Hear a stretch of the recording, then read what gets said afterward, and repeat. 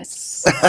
Yang jelas kalau Ahok saya undang ke Mata Najwa sekarang itu dalam banyak kapasitas. Sebagai politikus, sebagai mantan kepala daerah, sebagai orang yang dulu dekat dengan Jokowi, dan sebagai Sudah aku duga. dan belum selesai kok. Dan sebagai mantan anak buah Prabowo. Wah. Jadi ada banyak topi nih, topi Waduh. politikus 20 tahun. Jadi ada 4 topi nih malam ini nih. Aduh. Dan tapi kita mau ngobrolin yang rame hari-hari ini sih kok. Sudah aku duga lah, aku datang ke sini pasti begitu. Karena matanya orang Arab lebih gede daripada mata orang Cina, itu yang susah lawannya gitu. Dipelototin kan.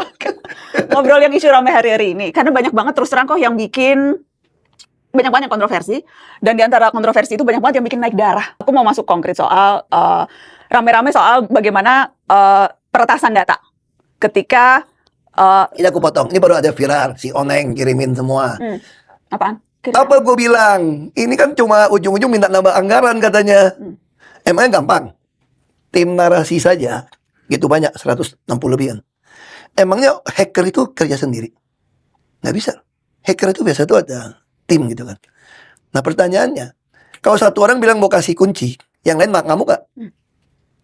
Ini logika, kita nggak tahu, bukan nuduh gitu ya. Terus yang kedua, emangnya nggak ditangkap merusak negara kok kamu ngaku terus baikan?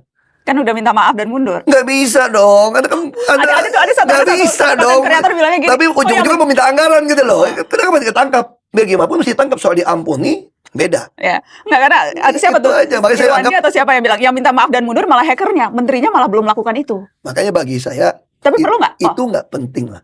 Bagi saya, Jangan menganggap data pribadi nggak penting loh. Saya Dan tahu, ini saya kembali tahu ini berulang. datanya penting. Selamanya kan berulang. Kalau tidak ada orang yang cinta negara, cinta rakyat untuk mengurusi itu semua. Yang ngurusin sekarang ini nggak cinta negara, cinta rakyat. Saya nggak tahu. Anda bisa tebak. Maksud saya meritokrasi. Nggak bisa merekrut orang itu tanpa dengan dasar yang baik. Kalau bagi saya, meritokrasi saya dari kecil diajarkan. Saya ambil contoh gini ya. Menteri yang sekarang Waktu- bukan saya berdasarkan kasih contoh meritokrasi gini. kok. Ya, saya kasih contoh gini. Bapak ibu saya dari kecil mengajarkan saya. Makanya di apotik ibu saya, semua yang kerja itu mohon maaf pakai jilbab. Walaupun dulu nggak pakai jilbab. Di pabrik, ketika nenek saya pengen minta saya memasukkan paman saya yang kebetulan PHK ya, bukan PHK, Golden Handshake dari Jakarta, lalu dia mengalami bisnis, udah ambil uang, bisnis gagal, lalu dia pengen kerja di pabrik saya. Saya panggil nenek saya punya pabrik di Belitung. Saya bilang sama nenek saya gini, akuntan saya bagaimana? Akuntansi ini karir dari bawah, Melayu Muslim. Tapi ini kan paman kamu. Ini paman kamu nih. Kamu bisa lebih percaya paman kamu dong. Tapi ini kan karir pet udah saya atur untuk orang saya. Kalau saya tiba-tiba masukin paman saya ke dalam pabrik saya, pasti semangat meritokrasi saya hancur. Wah, saya agak marah. Terus saya bilang sama nenek saya, gini aja lah, kalau paman pengen usaha, mau patungan, saya kasih uang. Tapi jangan pernah masuk ke pabrik saya. Karena pabrik saya ada sistem. Begitu tidak pakai meritokrasi, bisa terjadi kekacauan-kekacauan. Seperti yang sekarang terjadi. Saya kira saya tidak tahu bagaimana cara merekrut orang Kominfo. Saya tidak tahu. Ini bicara orang dalam atau puncak pimpinannya? Karena kalau kita bicara puncak pimpinannya, kan sorotan juga ramai diarahkan ke saya puncak kira pimpinan. ya. Bahkan ada petisi untuk meminta mundur sudah puluhan ribu. Kok Ahok kalau diminta Saya tanda kira tangan petisi kita kok? bukan soal petisi ya. Anda bilang puluhan ribu mewakili rakyat, iya. Kalau orang berkuasa mana peduli juga sih. Ya kan? Makanya saya bilang isu yang penting hari ini adalah bagaimana rakyat itu. Saya bacain deh. Saya suka kalimat Martin Luther King Jr. Martin Luther King Jr. adalah seorang aktivis pejuang yang bisa menggabungkan 3 kata penting. Kekuasaan, cinta, dan keadilan sosial. Dia bilang begini, tentu dalam bahasa Inggris. Dia bilang, kekuasaan, power without love. Dan love di sini adalah cinta negara, cinta rakyat, kita terjemahkan. Pasti reckless dan abusive. Mungkin kita tambahkan korup. Ketika punya kekuasaan, nggak punya cinta negara, cinta rakyat, pasti kasar, sembrono, dan korup. Tetapi ketika Anda memiliki cinta negara, cinta rakyat, tidak memiliki kekuasaan, itu ya sentimental dan kurang darah. Nah, kekuasaan di posisi terbaik adalah ketika dia cinta, suka mengimplementasikan tuntutan keadilan sosial. Dan keadilan sosial di posisi terbaik itu apa? Ketika menggunakan kekuasaan, mengkoreksi segala sesuatu yang berdiri menentang cinta negara, cinta rakyat. Nah, saya balikin pertanyaannya, biar orang yang menilai, apakah sekarang kekuasaan dipakai untuk mengkoreksi segala sesuatu yang menentang cinta negara, cinta rakyat. Hari ini, tadi sampaikan tuh, rakyat bawah itu kena judi online, dipancingin. Gak ada yang bisa kontrol. Apa gak bisa dimatikan saja? Gampang kok punya rekening bank kok. Masa nggak tahu? Yang kira-kira gitu kan? Nah sama. Pertanyaan sama. Makanya saya bilang, itu isu menurut saya sudah terjadi berabad-abad sama. Ketika kekuasaan tidak dipakai mengkoreksi segala sesuatu yang tentang cinta negara, cinta rakyat. Nah, bagi saya, Anda nilai meritokrasi atau tidak, bagi saya, sekarang yang paling penting itu bagaimana sekarang kita menyongsong bahaya global ini nih, krisis energi, krisis pangan, Berbagai krisis tantangan kepercayaan. yang memerlukan orang yang tepat di posisi yang memang sesuai meritokrasi. Salah satunya syaratnya itu. Ya, makanya saya harap presiden terpilih, dia tentu bisa mencari orang-orang. Ini situasi tidak mudah. Dunia saat ini tidak mudah. Maka kita butuh meritokrasi sistem. Itu jauh lebih penting bagi saya daripada istilahnya dulu Dr. Syarif suka bilang, daripada kita mengutuki kegelapan, lebih baik kita nyalakan lilin. Maka saya juga berpikir setelah saya masuk tahanan, saya belajar gitu ya. Kalau saya terus menyesali yang belakang, gak ada guna. Makanya bagi saya sekarang yang lebih penting bukan membicarakan soal-soal itu ini, enggak. Sekarang gimana nih caranya? Ya, tapi dalam realita politiknya kan isu-isu itu harus di-tackle satu persatu, dan untuk men-tackle itu tidak bisa hanya melihat gambaran besar, tapi harus dimasukkan. Ahok orang yang sangat detail. Betul. Sangat detail. Masyarakat saya bilang, punya hati cinta negara, cinta rakyat, kalau nggak punya kekuasaan kan cuma sentimental dan kurang darah. Iya dong, kalau saya dimasukkan ke Pertamina, saya detail. Makanya saya diledekin, Ahok ini komut merasa dirut. Saya bilang, bukan. Saya komut nyarut dirut. Kurang ajar loh. Ya itu kan, saya akan detail. Saya periksa semua. Anda taruh, saya sudah jadi gubernur. Tahu nggak, kenapa saya bisa tahu sampai gitu detail? Semua surat tembusan antar dinas saja, saya baca. Dan kadang-kadang saya kasih disposisi. Kalau dia agak-agak nyeleneh, satu itu agak sok. Disposisinya Ada keegoisan sektoral gitu kan. Saya bisa kasih disposisi. Bisa contoh, orang dinas PU mau bikin trotoar, ada pohon. Dia minta izin sama dinas taman untuk pindahkan ini pohon. Nggak dijawab. Ini pohon penting nih. Trotoar masa orang yang disapel tunanetra masa nabrak pohon?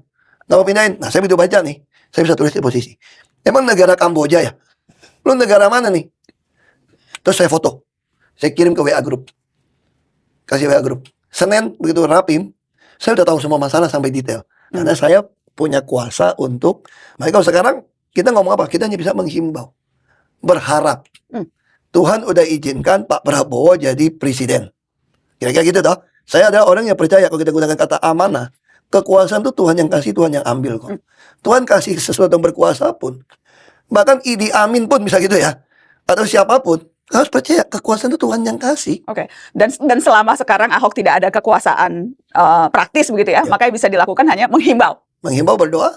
Dan tentu saya juga bikin program. Saya bikin program. Saya bikin program Ask Ahok Anything. Tujuannya apa? Edukasi lah ini bagi saya. Edukasi.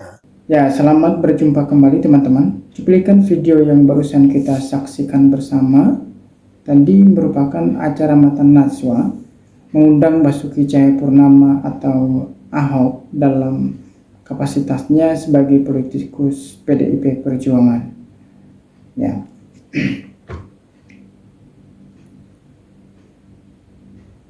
Basuki Cahayapurnama atau lebih dikenal sebagai Ahok adalah salah satu politisi dari etnis Tionghoa yang fenomenal. Ya, Ahok tidak menyembunyikan etnisitasnya dan agamanya dalam berpolitik. Bahkan ia menggunakan etnisitas dan agama untuk menunjukkan bahwa semua orang Indonesia harus bertanggung jawab sebagai warga negara yang baik. Ya. Sepak terjangnya sebagai Bupati Belitung Timur, sebagai anggota DPRD maupun DPR, sebagai wakil gubernur dan kemudian menjadi gubernur DKI Jakarta telah membuat orang terhenyak. Banyak orang yang memujinya sebagai seorang politisi bersih yang berani, namun tak sedikit pula yang membencinya karena arogansinya serta karena dia adalah seorang Cina dan Kristen. Ya, buku ini adalah buku yang ditulis sendiri oleh Ahok saat ia menyiapkan diri sebagai calon legislatif melalui Partai Golongan Karya di tahun 2009. Dalam buku yang terbit bertepatan dengan Hari Kemerdekaan Indonesia yang ke-63 ini, Ahok menjelaskan latar belakangnya masuk ke dunia politik. Motivasinya mengapa ingin menjadi kepala daerah dan lika-liku karir politiknya. Gagasan untuk masuk ke pemerintahan sebenarnya berasal dari ayahnya. Ayah Ahok ingin menjadi pejabat, namun karena kesulitan maka ayah Ahok menyiapkan anak-anaknya untuk siap menjadi pejabat.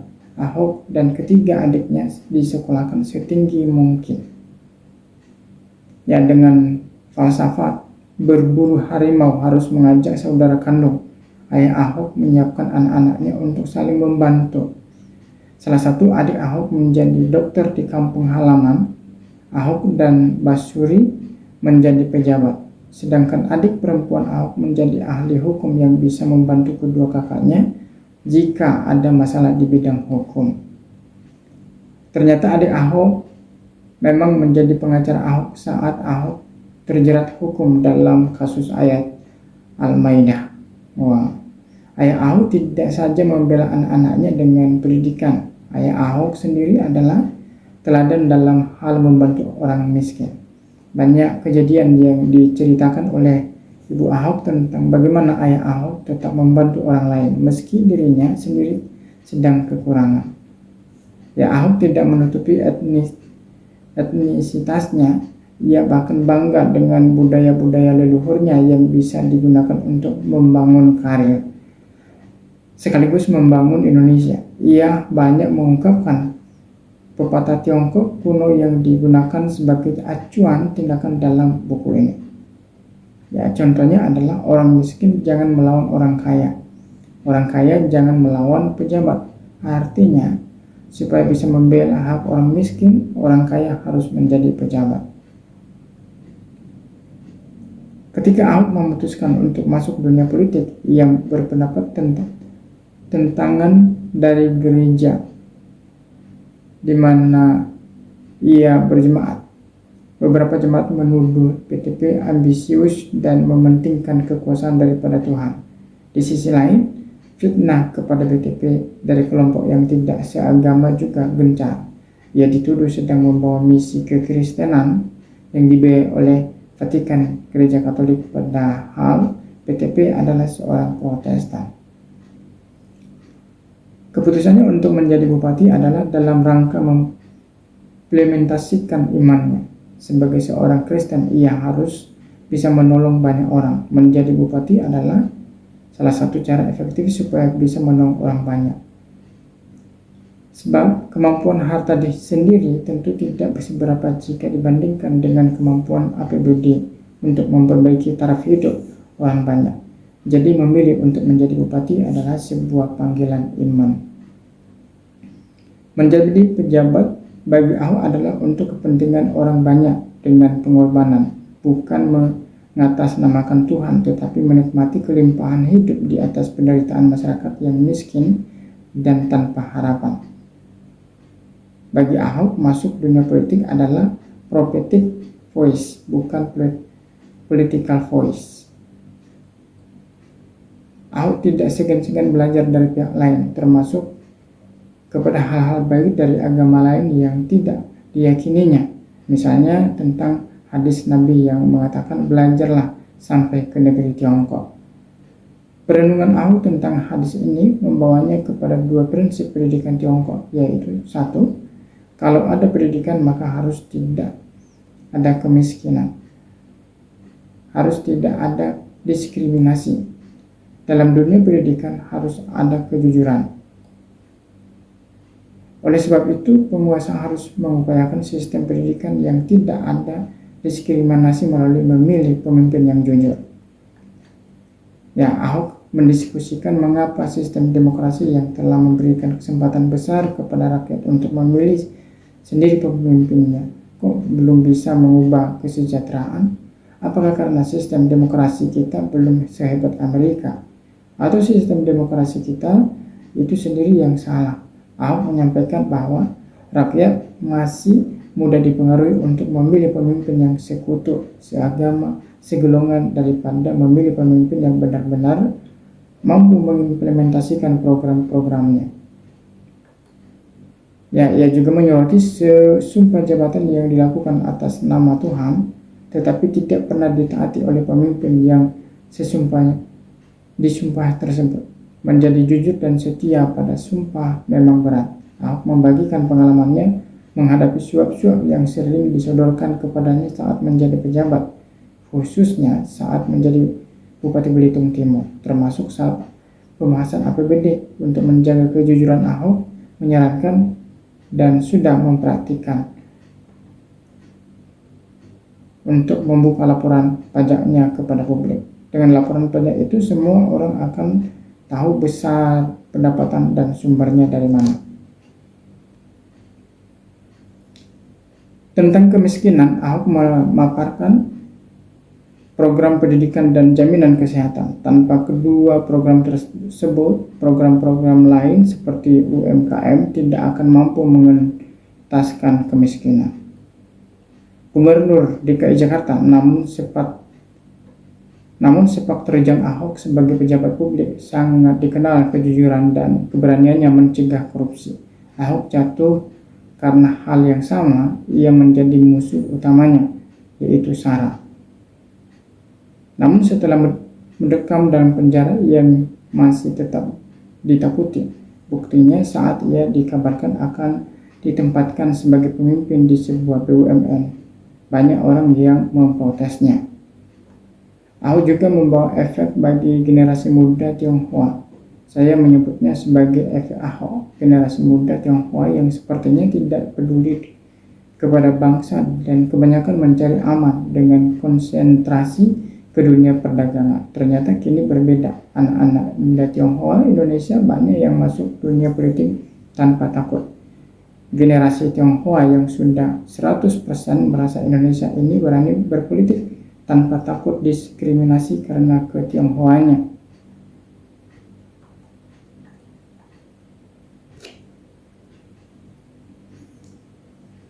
Nah teman-teman, yang menjadi pertanyaannya, mengapa Ahok seorang minoritas jadi pemimpin pilihan rakyat? Ya.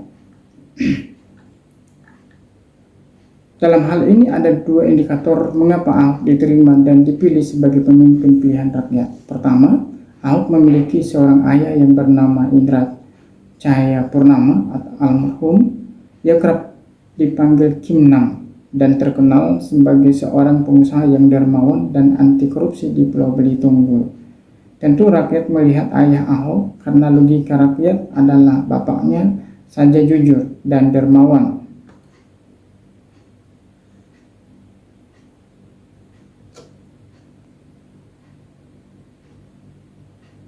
Tentu rakyat melihat ayah Ahok karena logika rakyat adalah bapaknya saja jujur dan dermawan. Kemungkinan besar anaknya serupa. Sebagaimana pepatah mengatakan buah jatuh tidak jauh dari pohonnya. Kim juga kerap membantu orang miskin. Begitu juga dengan Ahok. Kim membantu orang dengan uang pribadinya. Dengan terpilihnya Ahok sebagai kepala daerah, maka tidak sulit memperjuangkan kemakmuran rakyat dari anggaran negara. Kedua, tampilan Ahok sebagai pemimpin pilihan rakyat juga tak lepas dari maraknya pejabat dan aparatur negara yang terjerat kasus korupsi. Berdasarkan data Transparansi Internasional atau TI yang dirilis pertengahan tahun 2014 yang lalu, Indonesia berada di posisi ke-64 negara terkorup sedunia. Korupsi di negeri ini telah merajalela di lembaga eksekutif, legislatif, dan yudikatif. Menurut Ketua The Global Organization of Parliamentarians Against Corruption Indonesia, Pramono Anung, korupsi antara lain dipengaruhi biaya politik yang sangat tinggi. Dari dua indikator di atas, Ahok yang terkenal anti korupsi, pemerintah anugerah Bung Hatta Anti Korupsi Award tahun 2013, mendapat simpati rakyat. Meskipun ia adalah keturunan Tionghoa Kristen yang kerap didemo dan diolok-olok sebagai kelompok, Ahok jadi seorang pemimpin karena orang tuanya pengusaha kaya dan terkenal dermawan. Juga sikapnya yang dinilai jujur dan anti korupsi, sedangkan masyarakat sudah muak dengan pemimpin korup. Logika di masyarakat adalah bahwa seorang tokoh anti korupsi haruslah hidup berkecukupan. Sebaliknya, jika miskin, sangat sulit diyakini bisa konsisten dalam memberantas korupsi yang menjadi ancaman besar bagi bangsa ini. Nah, itulah teman-teman. Terima kasih sudah menonton video ini. Jangan lupa subscribe ya.